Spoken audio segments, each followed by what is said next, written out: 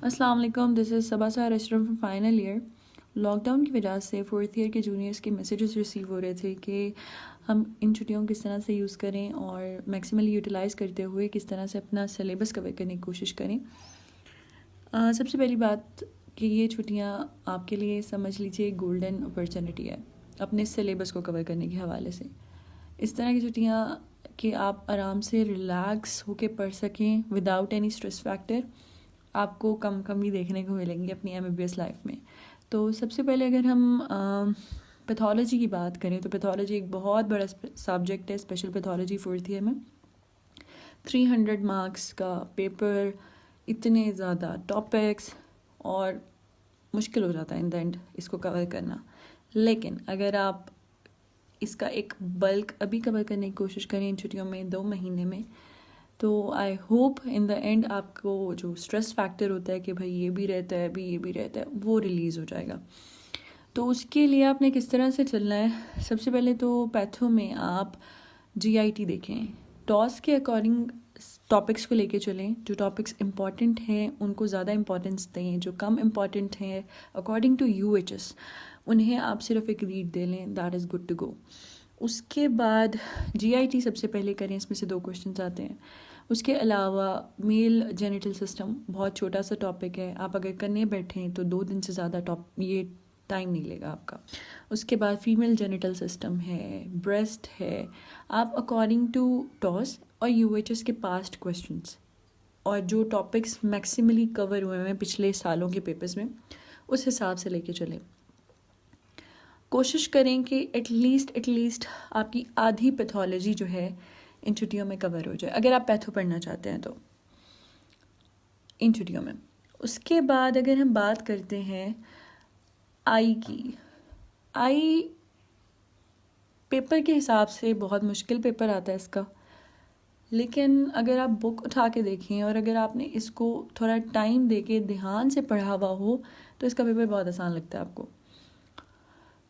Recommended books की अगर हम बात करें तो आपके पास जोगी भी है, आपके पास जतोई भी है।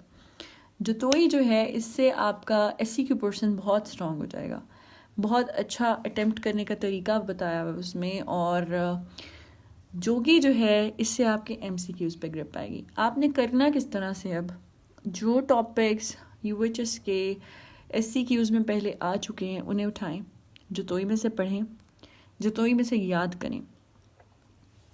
जोगी में से आपने उन टॉपिक्स को कवर करना है जो जतोई में नहीं लिखे हुए। इससे एक तो ये होगा कि मैक्सिमम सिलेबस कवरेज के साथ और विदाउट सम एक्स्ट्रा एफर्ट्स कि आप वही टॉपिक्स छोटे छोटे कुछ टॉपिक्स हैं जो जतोई में नहीं दिए वो आप जोगी में से कवर कर लें, तो आपके एमसीक्यूज को भी मैक्सिमम कवरेज इस तरह मिल जाती है।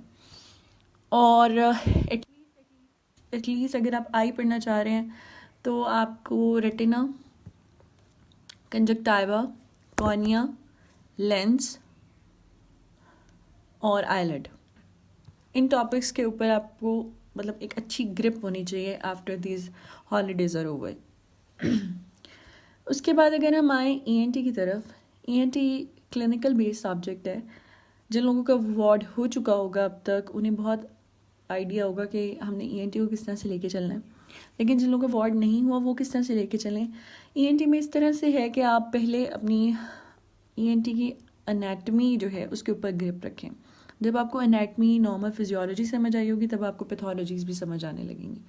तो आप कोई भी रीजन अगर उठा रहे हैं ना, बुक आपकी ढिंगरा है रिकमेंडेड, और दूसरी बुक जो है प्रोफेसर फ़हीम मलिक अमान की बुक है जो हम लोगों ने भी पढ़ी थी, and it is really a very good book और इतनी समराइज्ड बुक है कि हर टॉपिक आपका बहुत अच्छे से कवर हो जाता है, और स्पेशली रिविजन के लिए आपको इससे बेहतर बुक नहीं मिल सकती।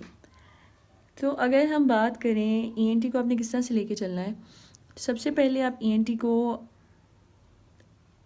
कोई भी एक रीजन उठाएं, लाइक आपने ईयर उठाया, उस जो भी करना चाहते हैं जो भी रीजन, एक रीजन से शुरू करें और उसे एंड करें इस तरह से कि भाई आपने प्रॉफ के लिए चीज़ पैक करके रख दी है, ताकि आपको प्रेप्स में उस पर ज़्यादा टाइम ना लगाना पड़े। I hope you are getting my point. उसके बाद आप जो है कम्युनिटी मेडिसिन की तरफ आएँ। कम्युनिटी मेडिसिन जो है 40% रट्टा और 60% आपकी अपनी क्रिएटिव राइटिंग है। और इस तरह से कि आपने मतलब सब्जेक्ट पे ग्रिप लाने के लिए आप कोई भी टॉपिक पढ़ना है, उसे समझना है कि ये बंदा कहना क्या चाह रहा है, और उसके बाद आपने जो है उसे अपनी वर्डिंग में लिखना है। 40% तक है जो एज इट इज़ आपने याद करनी होती हैं चीज़ें, लाइक एपिडेमियोलॉजी की स्टडीज़ हैं, कुछ आपकी जो है बायोस्टैट की चीज़ें हैं। बाकी फॉर एग्जांपल आप कम्युनिकेशन वाला चैप्टर उठा के देखिए, तो उसमें आपकी सब्जेक्ट पे ग्रिप कैसे आएगी, जब आप टॉपिक को पढ़ेंगे और उसे अपने तरीके से बताने की कोशिश करेंगे अपनी वर्डिंग में। इसमें आपका टाइम भी कम लगता है और आपकी इतनी एफर्ट भी नहीं लगती, और आपका टॉपिक भी कवर हो जाता है।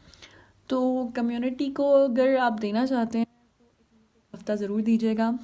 मैक्सिमम कोशिश करें कि आपकी एपिडेमियोलॉजी, बायोस्टैट और छोटे मोटे जो चैप्टर्स हैं, लाइक जो आप एक दिन में 2 या 3 चैप्टर्स भी कर लेते हैं, जैसे कम्युनिकेशन हो गया, स्क्रीनिंग हो गया, इस तरह आप देना चाहते हैं तो हफ्ता ज़रूर दीजिएगा।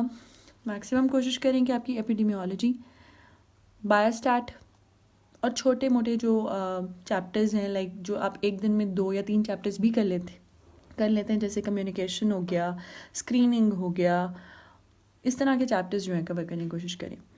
तो 7 दिन अगर आप दे रहे हैं तो 7 दिन में कोशिश करें कि 7 यूनिट्स आपकी कम्युनिटी मेडिसिन कवर हो जाएं। As it carries like 300 marks का पेपर आता है और अच्छी खासी वेटेज है इसकी प्रॉफ में, तो इसे इग्नोर मत कीजिएगा। अब तरीका इस तरह से है, अब इन छुट्टियों में आप चारों सब्जेक्ट्स तो कवर नहीं कर सकते।